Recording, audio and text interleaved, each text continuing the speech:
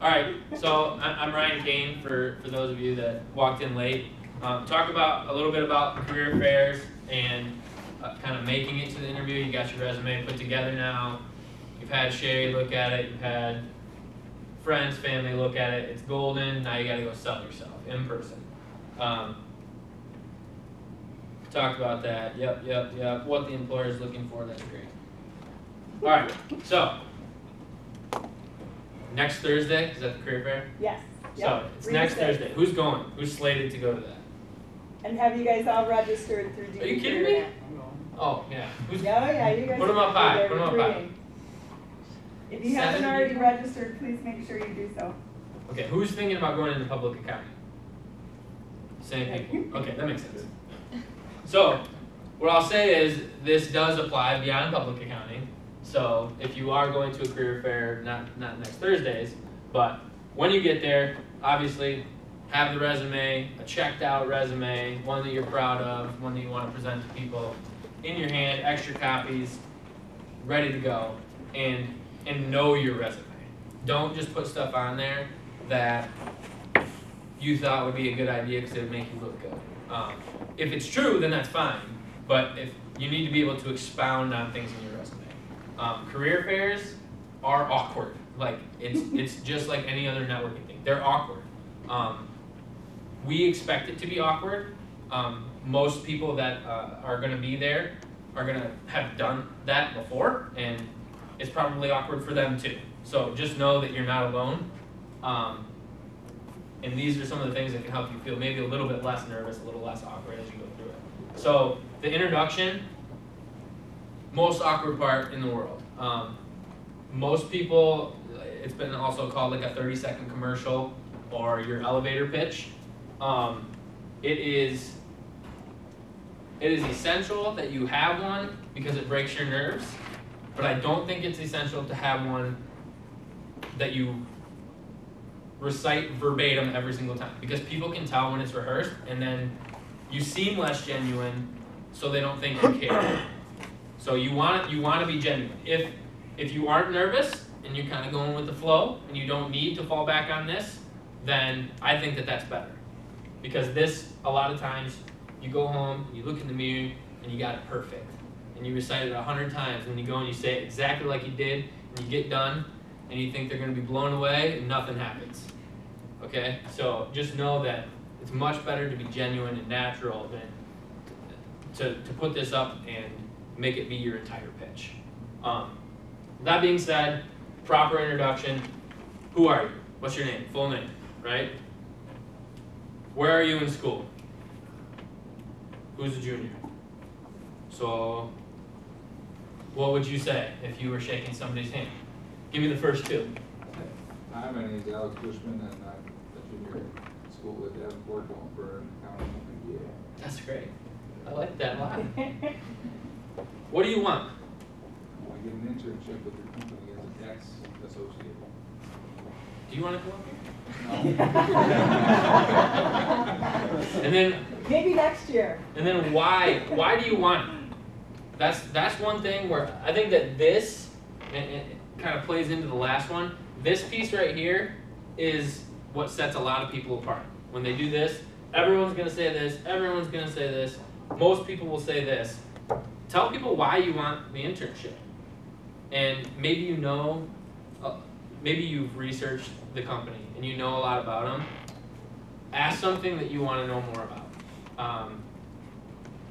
Always leave an open-ended question. And this is probably the most important thing in any networking situation. But if they're talking more than you, you've done a great job. And it takes the pressure off you because you don't have to do it, right? Does that make sense? It's great. When you get the other person jabberjawing, it's awesome because you're just standing there, you're looking great, they're going to remember you because they got to talk about themselves, and you're in at that point. Any questions on the introduction? Who got some? Who got some? My man, go ahead. Me? Yep, you're coming to BDO. Hi, I'm Tim Gauthier. I'm a a junior at Davenport. I'm looking to get an audit internship, even with 4 tax guys up there. And I'm looking to get some experience because where I have great grades, experience is much more relevant than good grades, and I have none right now. How do you guys like what you do? I don't know. I don't really have the open-ended question. That's good, especially if we're on the spot. I love it.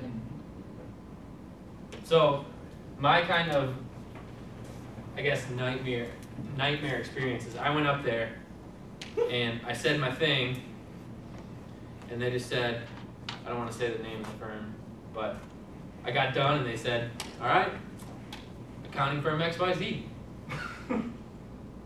And I was like, yeah, I know, it says it on the thing. Like, I came up here because I knew what it was, but that was, and then they kind of, because I didn't include this, right? Then I didn't give them an opportunity to talk. They just repeated what their firm was, and I was screwed, quite honestly. Like, just kind of reeling at that point. So, open-ended question, get them to talk more than you. Was that the first one that you approached? Yep. Did you adjust for the next one? Yeah. Yep. I tried. I don't know how successful I was, honestly, because that's really all I had. Like I said, I was the person that was like, I'm prepared because I have my elevator pitch. And then I got there, and that wasn't enough. Right. So, listen to the rest of this stuff, because it's great. So, the conversation, actually this is probably in the wrong section. So the handshake is important. Does that, who has a great handshake? Who thinks they've got a great handshake? Yeah, you don't count. Anyone? I got you. I got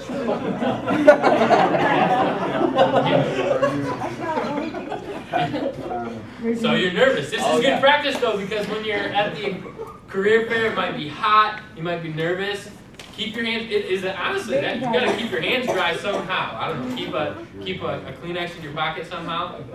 Hey. I think we have hand sanitizer. Hand sanitizer, yeah, I'll have that at the fair. So they can use that too to dry out your hands. Look at that. Okay, so back to, what's your name? My name's Steven Stratton. Steven is nervous right now. Oh, yeah. No. So I need somebody that's got a great handshake. My man, come on up. What's your name? I'm Tom. Tom. All right. Let's see the handshake. That's great. So, a couple of things I want to point out that Tom did.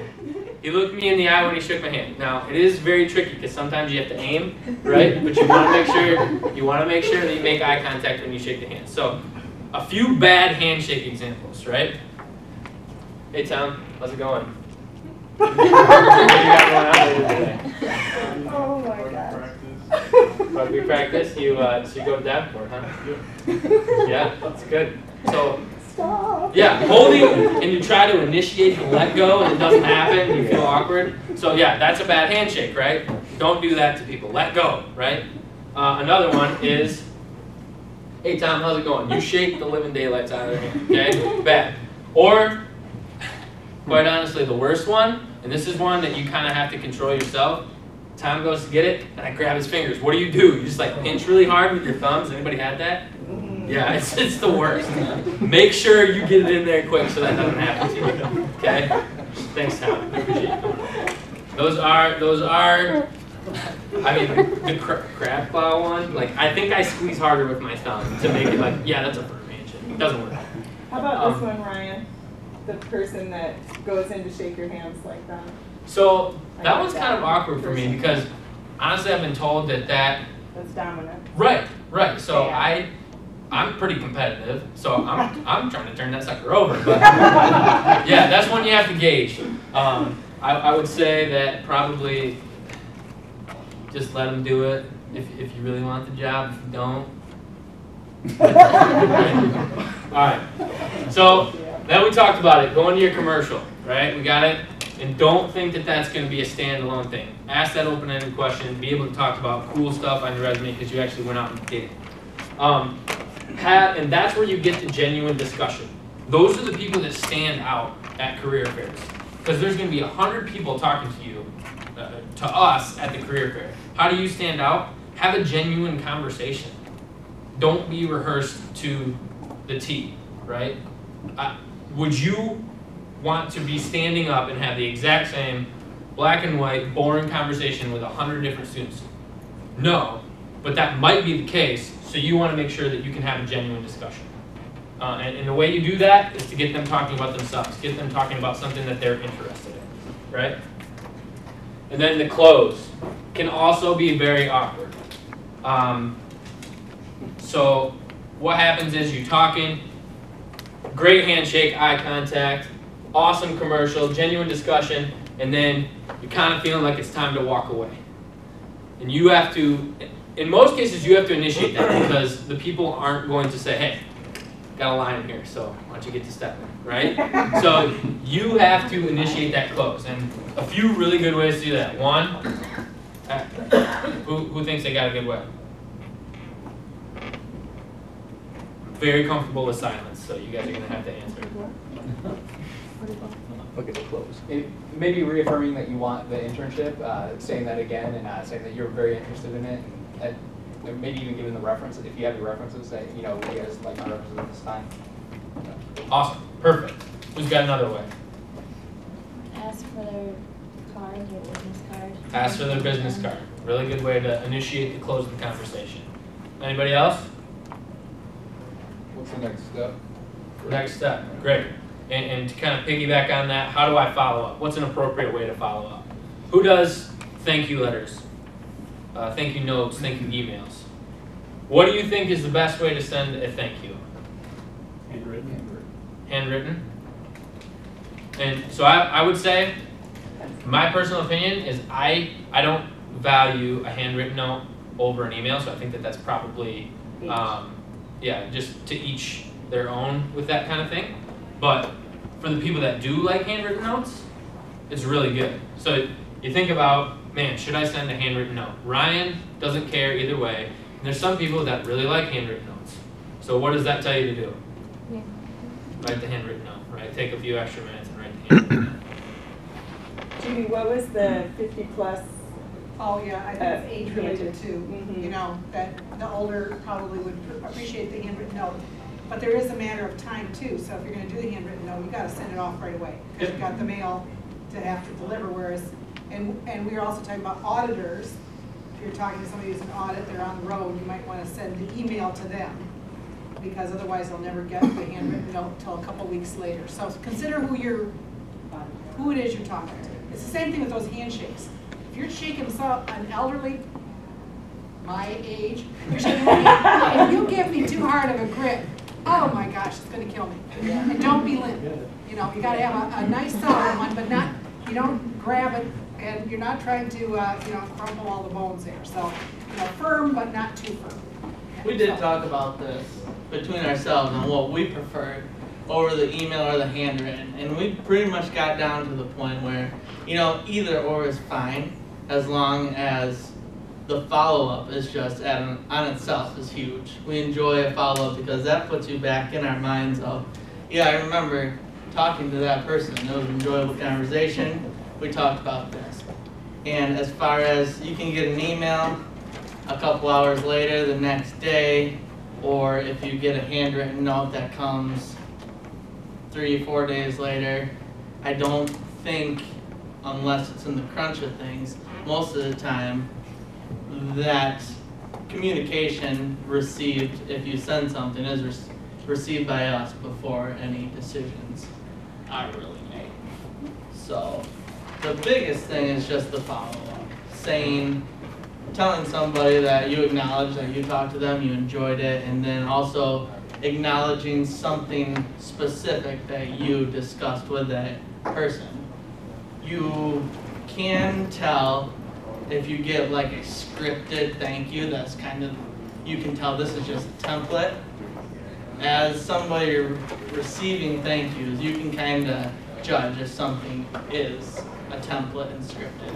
So if you receive something that specifically says, hey, I enjoy talking with you about our BDO accounts, you can mention that in the letter or the thank you note, and that actually carries a lot of weight. Come in, guys. I don't think there's any seats. The wall is super Glad to have comfortable. you, so yeah, thanks for coming. I think you should include it on the resume in the email. Everybody hear that question? No. He asked whether or not you should include another resume in your, if you were to send a thank you letter or email. And I don't think it's necessary. And Ryan, I did want to address the handing references at the career fair. They're actually not going to want those, but when you do get your interview, if you land an interview on campus or if you land an interview in their offices, absolutely take your references to that interview. In that folder that you carry with you, always have your resumes as well as your references both included. Because somebody might ask for them, and then you can always be prepared. Just Thanks for coming, guys. Thanks, guys.